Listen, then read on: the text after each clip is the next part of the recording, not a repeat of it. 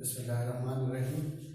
Dear students, welcome to all of you in the third lecture, which is on the bioenergetics. Bioenergetics is chapter 7. In the last two lectures, we finished chapter 6, which was enzyme. In this chapter, we will cover the energy relationships. We will study energy relationships in the living organisms in the cell and their transformations from one form to another form. There are so many metabolic chemical reactions going on inside our body, which we discussed in the chapter 6 in enzymes. Here we will study these processes in detail, that how energy is being stored and how energy is being released, in which form energy is released from the food stuff we are eating, and how energy is being stored. In all these things we will study in this chapter, and its name is bioenergetics. Dear students, in chapter 4 you studied the cell structure and function in detail, and in chapter 6 we studied the role of enzymes in different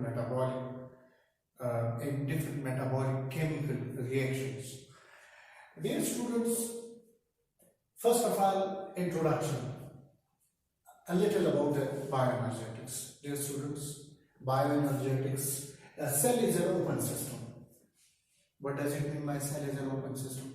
Material constantly come inside in the cell and they are leaving the cell constantly. For example, in the red blood cell having hemoglobin, they are getting oxygen and constantly the carbon dioxide is getting out from it. Along with that, different type of materials are getting entered in the cell by this process of endocytosis, and different metabolic wastes are constantly removed from the cell by the process of exocytosis, which you studied in chapter 4 in detail.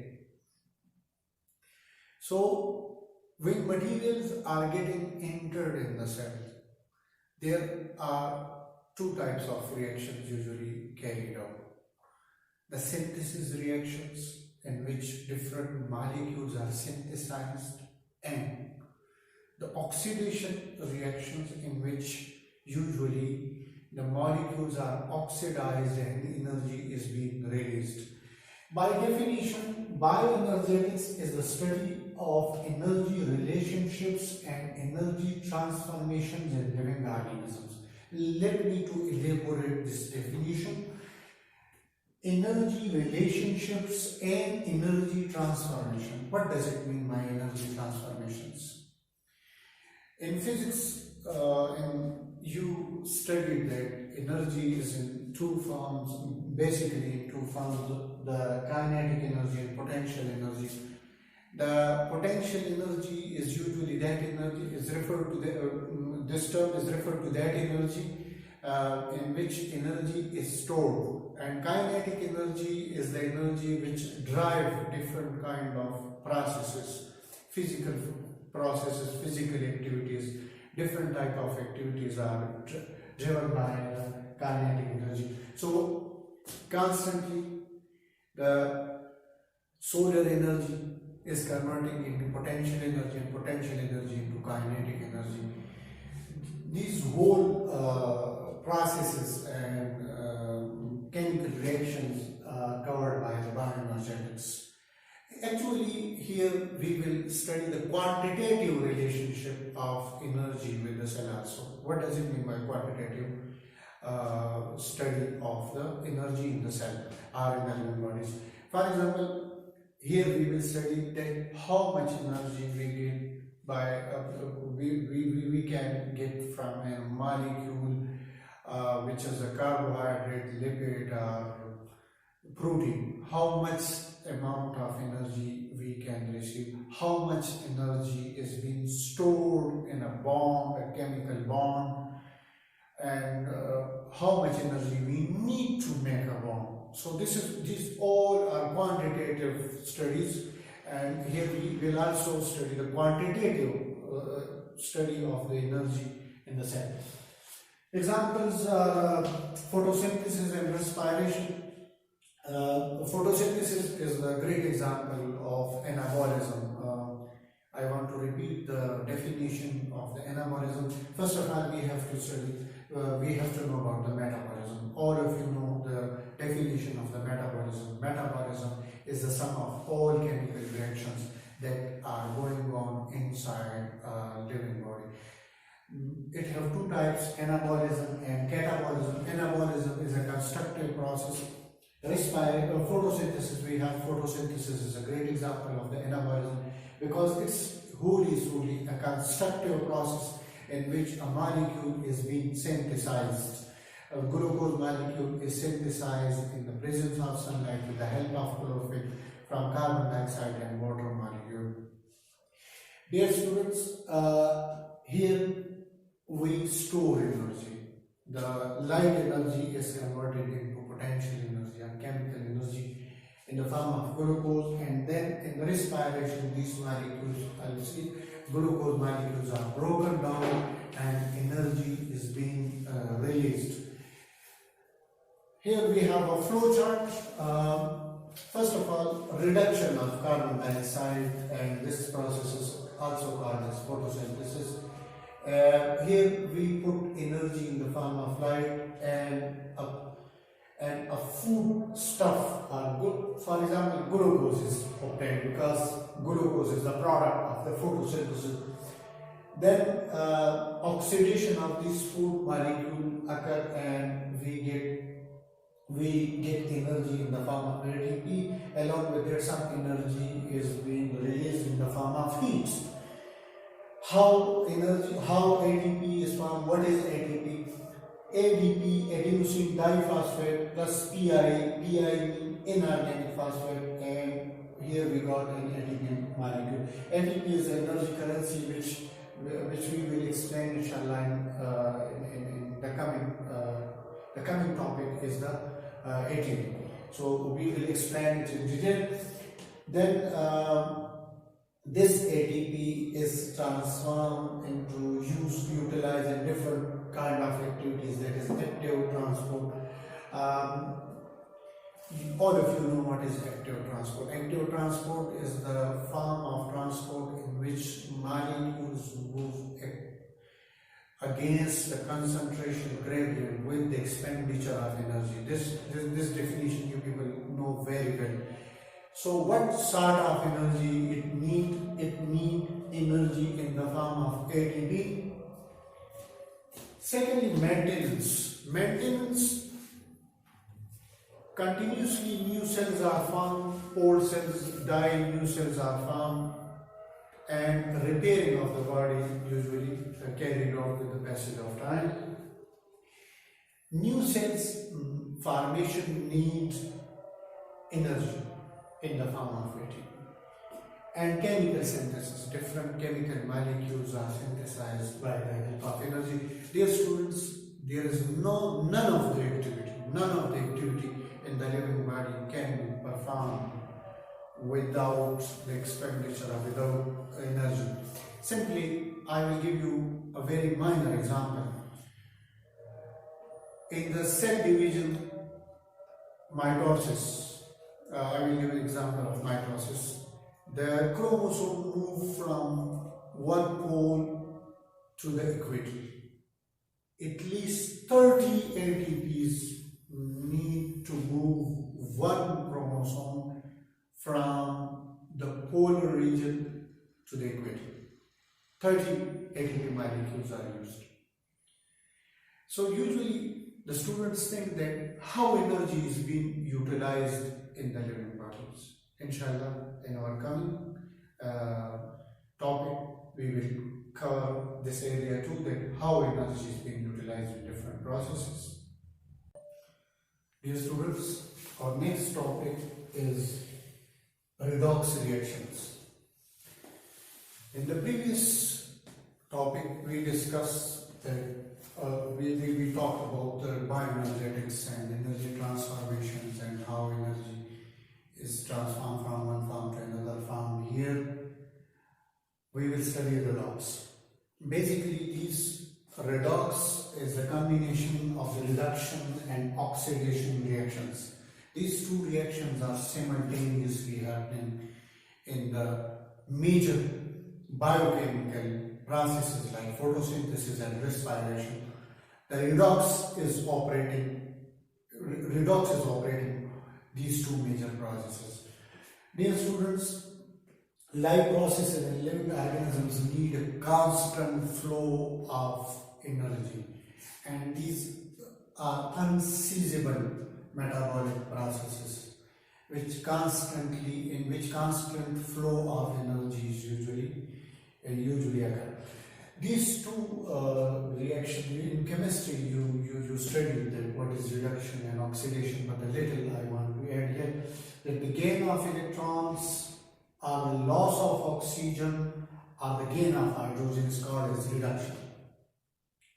You will see the reduction process in photosynthesis. You will see the reduction process in respiration. Oxidation is the loss of electrons, the gain of oxygen, the loss of hydrogen. These are the properties of the oxidation reactions. Dear students, oxygen, if combined with another oxygen, they make a stable molecule, but it is not a good source of energy. But if it combined with another item like carbon or hydrogen, it forms an unstable compound, and if we drag these electrons back to the oxygen, they release energy, and this energy is then stored in the form of ATP molecules, and then it is utilized in different metabolic processes. Here, if you see, if we lost these two electrons, this process is called as oxidation. If we gain the two electrons, then this is called as reduction. So in our coming topics, inshallah, we will explain the role of the reduction and oxidation both in the metabolic processes in respiration and photosynthesis and respiration, which are the major metabolic reactions that are going on in living bodies, and what is the role of reduction and oxidation in these major biochemical reactions. In the coming topic, I'm going to start the ATP, which is the energy currency. So let's study the ATP.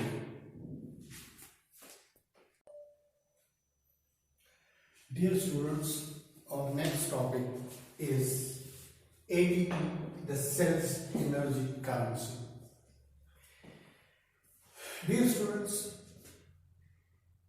you know about the currency. Different countries have different currencies, like Saudi Arabia have Saudi Riyal, USA have US dollar, Pakistan have Pakistan rupee. If you have an amount of currency, you can buy, you can purchase different type of items, and every item you purchase has specific price. Just like that, in the cell, energy is present in the form of energy coins, and that energy coin is called as ATP. ATP stands for adenosine triphosphate. Adenosine triphosphate. It was discovered in 1929 by Carl Lohmann, who discovered it, but later on with Fritz Lehmann, who in 1941 proposed that it's a major energy currency, and he got Nobel Prize by this idea that it's a main energy currency. If we talk about its evolution, no confirmed evolutionary history. We have that when it evolved, but as it's a major energy currency, and to drive any kind of metabolic reaction, we need energy. So it is evolved very early, right? Its structure is mainly made up of adenosine and 3 phosphates. Let me to explain. Adenine, which is a nitrogenous base of RNA and DNA. The DNA have 4 nitrogenous bases: adenine, guanine, thymine, cytosine. The adenine and guanine are thought to be purines because they are double-ring structures. And cytosine and thymine are thought to be single-ring structure and pyrimide. They are called pyrimide. Now, one nitrogenous base, adenine and ribose sugar, when they combine, it is called nucleoside. If we attach organic phosphate, then it will become nucleotide, as nucleotide is a fundamental structural and functional unit of the DNA. Here we have nucleoside. Adenosine is the nucleoside, mean adenine, and ribose. Ribose means a 5-carbon sugar. A 5-carbon sugar and adenine combine to form adenosine. And when 3 phosphate, inorganic phosphates are attached, it's called adenosine triphosphate. If 1 phosphate is attached, adenosine monophosphate. If 2 phosphates are attached, adenosine diphosphate, and adenosine triphosphate if 3 phosphates are attached. The bond here is currently covalent bond, but it's a high energy bond, that's why it's currently. Let me to clear a very important point here. The student must think about it that there are 4 nitrogenous bases: adenine, guanine, thymine, cytosine. About thymine and cytosine, we can say that these are the pyrimidine. So probably they will not contribute to form any energy molecule. But what about the guanine? Guanine is also a double-ring structure. Why just only adenine? So dear students, GTP is also found. Where it is found? In the Krebs cycle of animal cell. Krebs cycle of animal cell, which is a very vital step of the cellular respiration, aerobic cellular respiration. The GTP is found, but GTP is soon converted into ATP.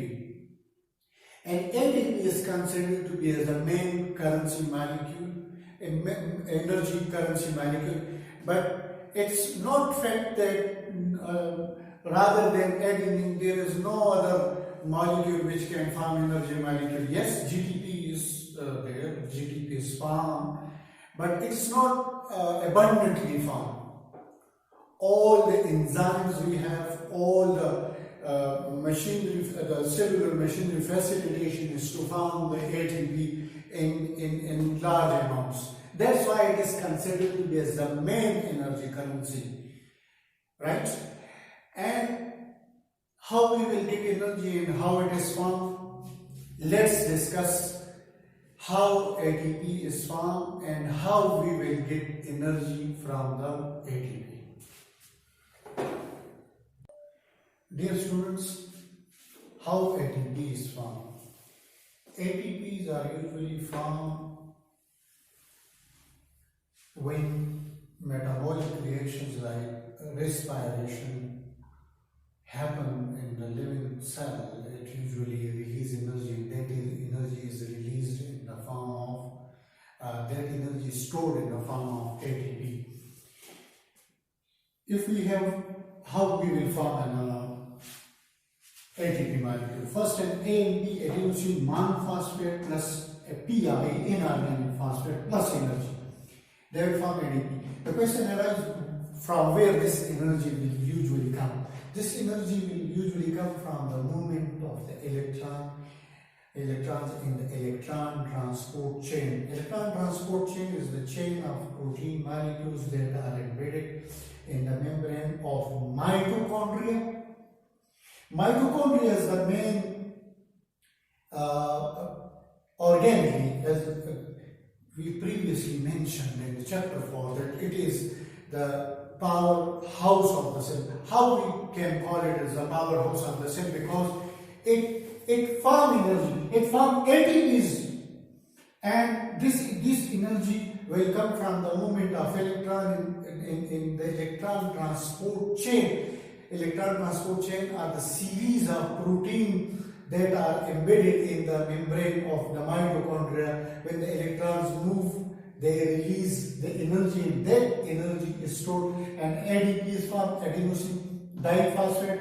When adenosine diphosphate plus PI, arginine phosphate, and energy, it forms in ADP, we get ADP molecule.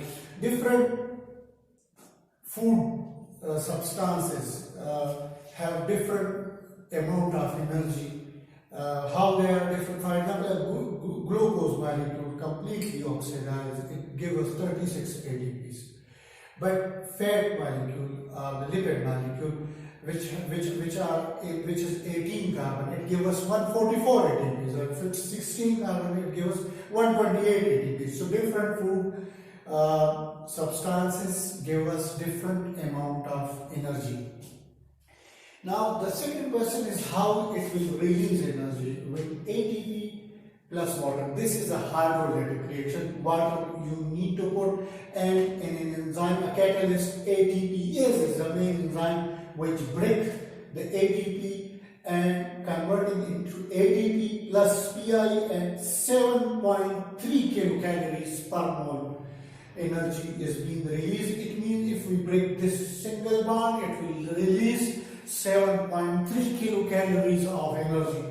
It will convert into ADP, and in very rare cases, ADP is also hydrolyzed and it converted to ADP. But ADP is thought to be recycled, and again it is absorbing energy, is storing energy, and is converting into ATP. Dear students, it's just like your mobile phone. Your mobile phone, consider it have 3 bars. If it have 3 bars, it means it's an ATP. You use your cell phone and it lost some charge and it converted into ADP having 2 bars. And again you put it to the charger and you charge your cell phone, and again it got a 3 bar charge. Just like that, it is recharging and utilization. Recharging and utilization.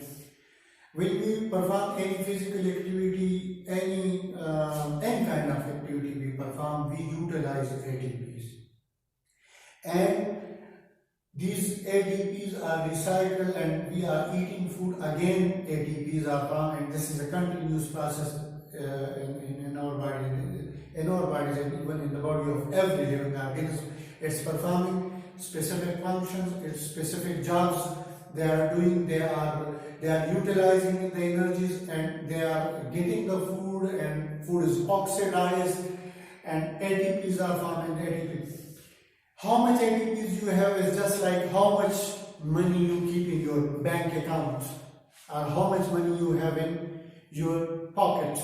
How much energy you have, it will decide that how much physical activity you can perform. Just like that, how much money you have in the bank, it will decide your shopping, what you want to purchase, what you want to buy.